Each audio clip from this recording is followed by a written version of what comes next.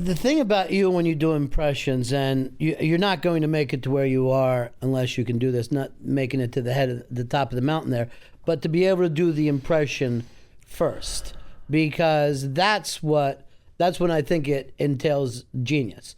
Because the rest of the people wait until you do Bill Clinton, and then everybody starts to, now I'll instead of modeling the first person like you do, they model the impressionist. Yeah, on SNL, I used to do this thumb and lip thing with Clinton. Yeah. Like we would have Clinton go, right.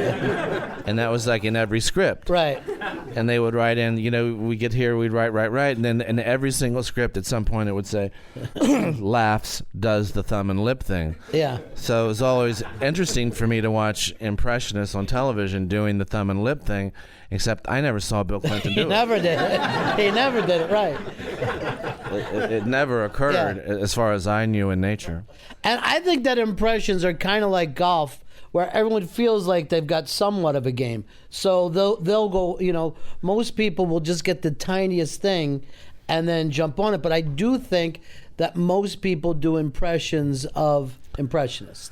I think and then it becomes like multiplicity, where it just gets worse and worse and worse as it's going down the line. Yeah, I mean, if you were, let's say, I wanted to make a sculpture of an eagle, I'm going to do a lot better if I look at a sculpture of an eagle and try to imitate that, because the guy's already figured out how to do it for you. You know what I mean? So yeah, there was a lot of that. And there has been a lot of that. There were times on SNL or they would want me to look at someone doing someone, and would I do it like that? And, for the life of me, as much as I respected and loved Lorne Michaels, I couldn't do it and wouldn't do it. It was like it was vulgar to me. I told him so, and no one, I think, respected that more than him. Well, it's also an interesting thing, because you said you didn't feel part of the cast because you were an impressionist, but in all the years of that show, Lorne's never really just said to somebody, I'm going to put you in a specialty place the way he did you. As a matter of fact, keeping you for 14 years. Yeah. It's a really weird move for him to make. I was a bad student. I graduated college with a 2.1. I had a learning disability. I was a D and C student, but I could learn printed words and voices fast. They don't have jobs for that, for what I could do, Right. And he auditioned me, I think, 5 times. And during that, about 10 minutes per time.